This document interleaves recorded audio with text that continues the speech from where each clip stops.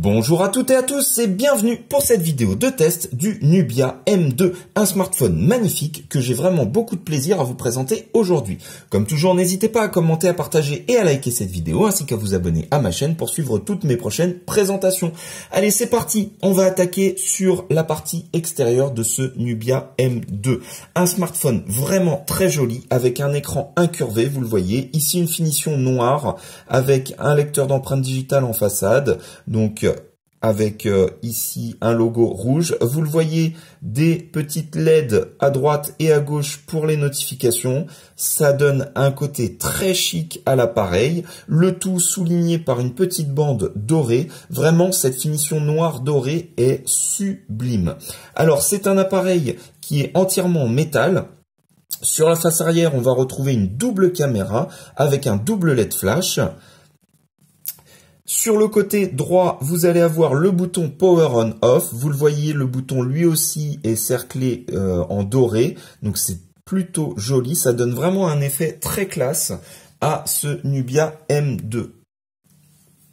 Sur le côté gauche, on va retrouver le bouton volume plus moins. Les boutons, autant pour moi. Donc un bouton volume plus, un bouton volume moins.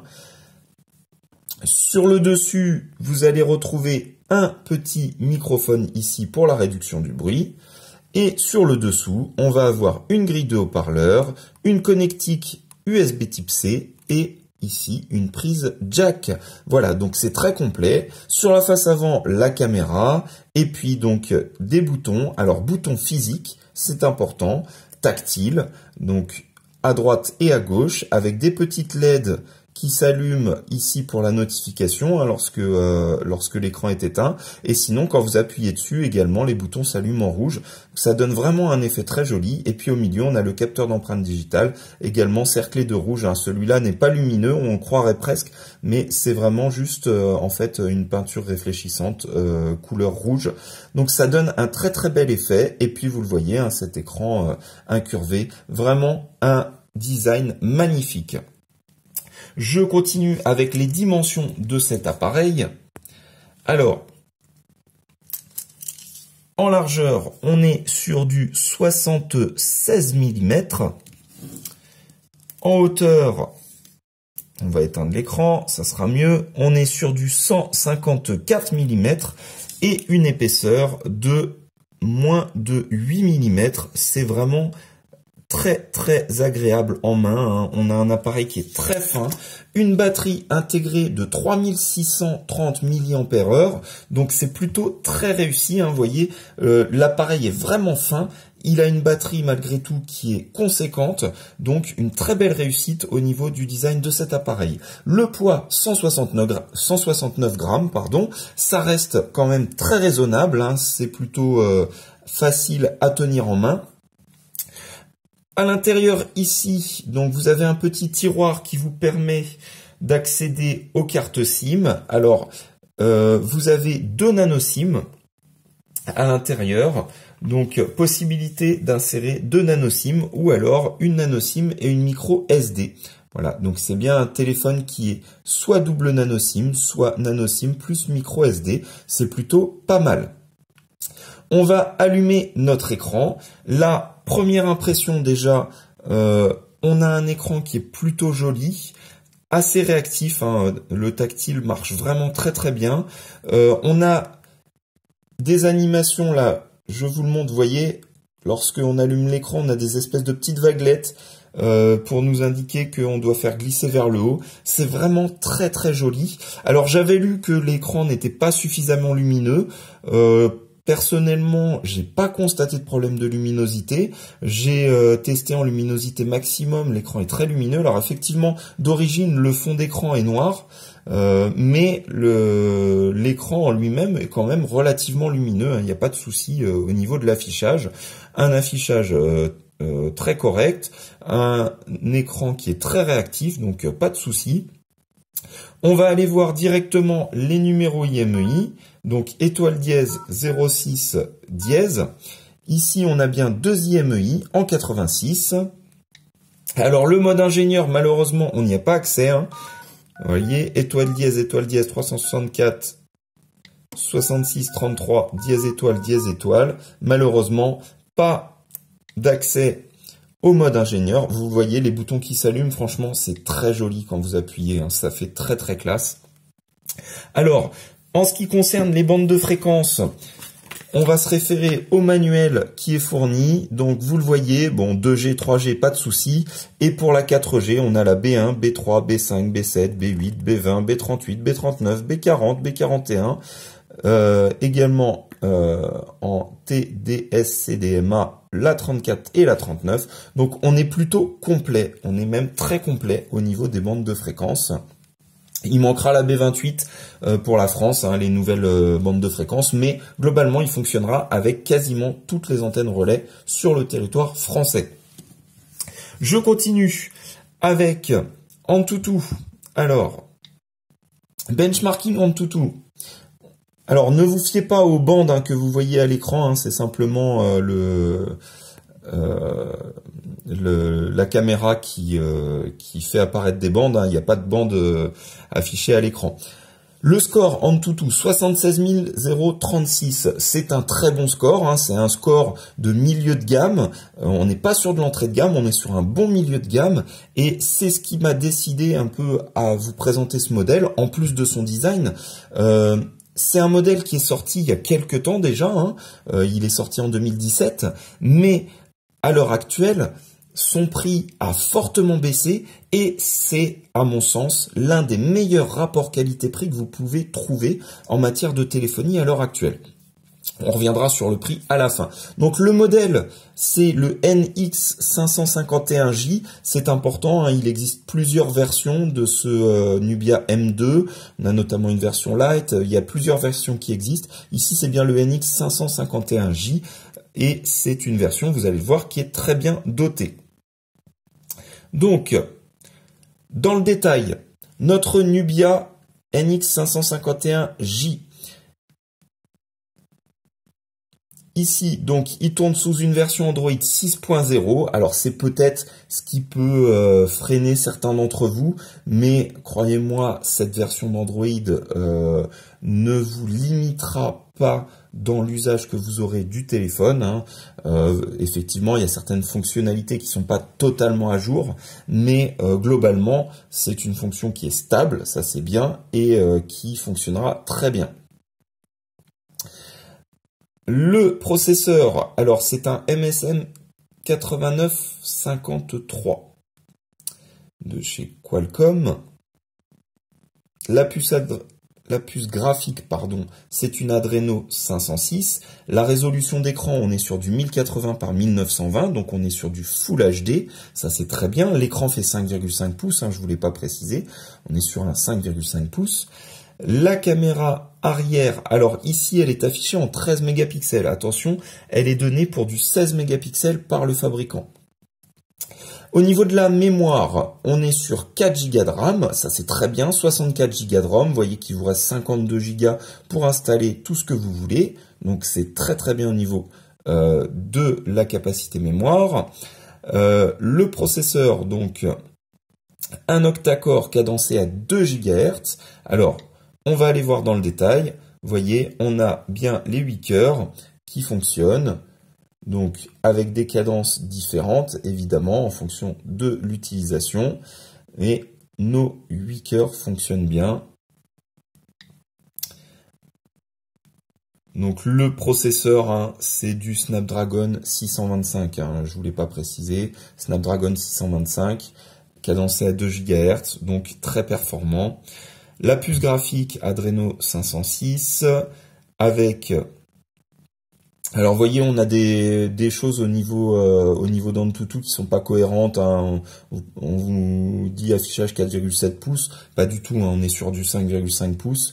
La densité de pixels, donc 465 dpi, c'est très bien. Ça vous garantit une très très belle qualité d'affichage.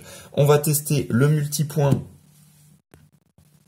Alors, on met tous les doigts sur l'écran et regardez, c'est parfait. Voilà, le sans faute, un multipoint, 10 points. Donc, à moins que vous soyez mutant et que vous ayez 15 doigts, vous pouvez utiliser cet écran absolument dans toutes les conditions, sur toutes les applications, sans aucun problème. Ça fonctionnera très bien, ça sera extrêmement réactif. Donc voilà, pas de souci. Alors pour la densité de pixels, je vous ai donné, autant pour moi, donc c'est 480 dpi. Alors pourquoi est-ce qu'on a 480 en densité et 468 en densité pixels? Je ne saurais pas vous dire.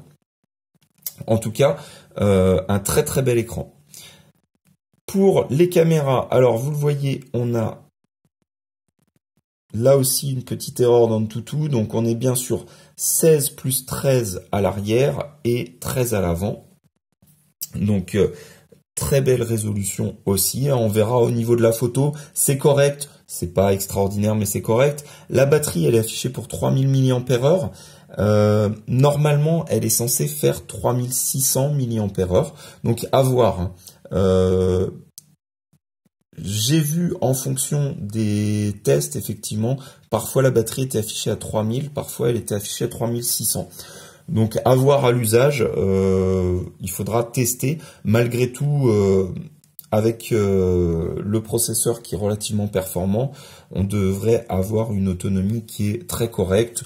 D'ailleurs, sur les tests qui ont pu être pratiqués sur ce modèle, on arrivait à une très bonne autonomie. On va continuer. Donc, pas de NFC sur ce modèle. Au niveau des capteurs, alors on a le capteur d'accélération, vecteur de rotation, rotation géomagnétique, capteur de gravité, gyroscope, le capteur de luminosité, l'accélération linéaire, le champ magnétique, le magnétomètre, capteur d'orientation, capteur de proximité, vecteur de rotation, capteur de mouvement important, compteur de pas, détecteur de pas. Donc on a absolument tout ce qu'on peut espérer en termes de capteurs.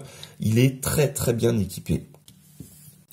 On va poursuivre avec le GPS. Alors le GPS, c'est tout simplement un sans faute. Le GPS, vous voyez, quasi instantané, et on a 10, 12, et on va monter comme ça jusqu'à une vingtaine de satellites sans aucun problème. On est en intérieur, hein. Donc là, vous voyez, on est à 20 satellites. C'est du parfait, c'est de la perfection pour moi. 20 satellites en intérieur, 21 même, vous voyez, on ne peut pas espérer mieux sur un téléphone. C'est un sans faute. Ensuite, on va aller voir au niveau des paramètres. Alors, on a une grosse surcouche, hein, on est sur une interface ici, donc vous le voyez, Nubia UI version 4.0. Voilà, donc grosse surcouche, vous le voyez, on a pas mal de paramétrages possibles, alors des choses très classiques. On a ici donc le lanceur rapide, donc vous allez pouvoir changer ici les fonds d'écran. Vous allez pouvoir changer la manière dont votre bureau est disposé. Vous allez avoir également donc la possibilité d'effectuer des recherches rapides. On a beaucoup de choses, hein. Au niveau de la luminosité, alors lumière de respiration, c'est pour avoir la LED, en fait, les petites LED qui s'allument, hein, tout simplement. Là, ici, vous le voyez, vous pouvez la couper la nuit en fonction des créneaux horaires. Le retour tactile, donc simplement pour allumer, alors ce qu'ils appellent lumière de respiration, en fait, ce sont les petites LED ici, hein, simplement, les deux boutons tactiles. Ensuite, on continue. Alors, les paramètres de son. Alors, vous voyez que la traduction, elle est quand même approximative, hein. Ici, donc, c'est pour sélectionner, eh bien, différents paramètres, vous voyez, au niveau des transitions entre les pages, comme ceci. Également, vous voyez, pour fermer des applications alors que vous êtes déjà dans une application, etc. Le réglage du volume ou de la luminosité. Voilà, des choses qui sont vraiment développées spécifiquement pour ce modèle, qui seront plutôt intéressante si vous souhaitez vraiment personnaliser au maximum votre téléphone. Vous avez le capteur d'empreinte digitale, évidemment. Et puis ensuite d'autres paramètres particuliers liés, voilà, ça c'est après c'est du classique. On a quand même pas mal de possibilités de paramétrage. On va avoir des choses, vous voyez, qui vont être affichées sur votre écran de veille, la température de la batterie, le niveau d'utilisation du processeur. Voilà, c'est des choses qui sont quand même assez intéressante. Ensuite, on va aller voir au niveau de la photo. Alors, au niveau de la photo, on va prendre le petit personnage ici. Donc, avec le flash. Alors, tout à l'heure, je me suis fait une petite frayeur. J'ai eu un petit bug de batterie, en fait, sur le téléphone. La batterie m'affichait encore une trentaine de pourcents et puis le téléphone s'est éteint. Déjà j'avais plus le flash quand je prenais les photos et en fait tout simplement la batterie était vide. Donc il s'agit de la première recharge de la batterie, faut pas s'en inquiéter outre mesure, mais c'est vrai que oui, il y a peut-être eu un petit bug à un moment donné. Alors au niveau de la photo, donc ici on a la photo qui est prise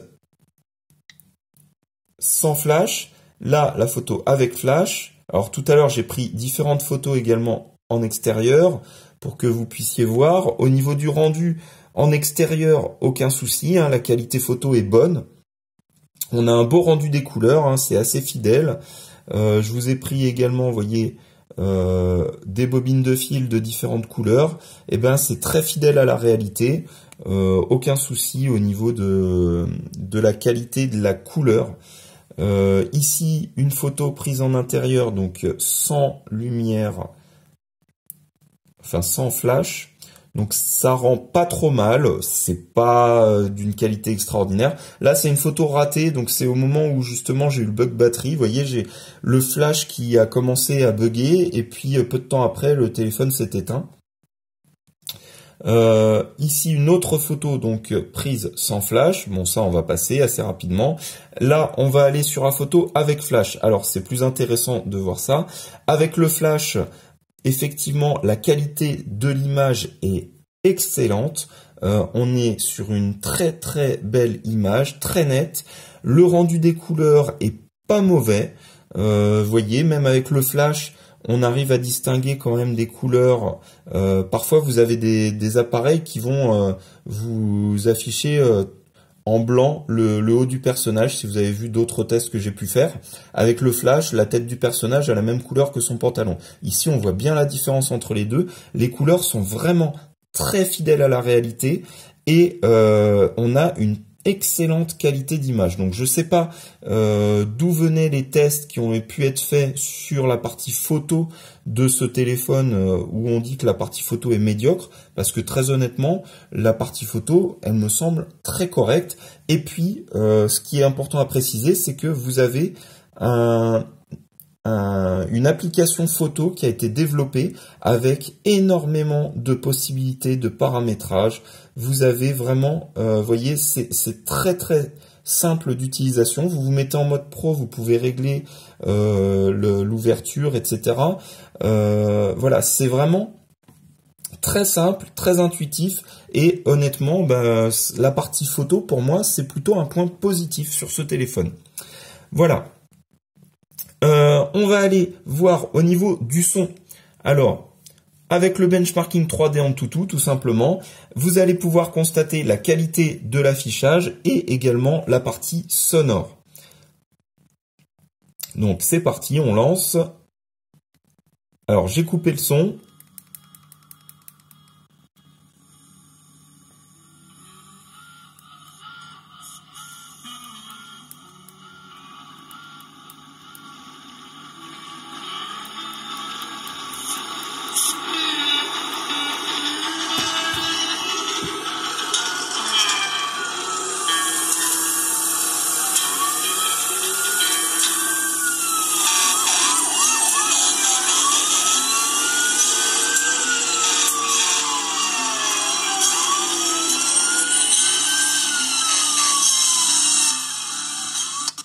Alors évidemment, Antutu va pousser dans ses retranchements l'appareil, hein, donc c'est normal que l'image saccade.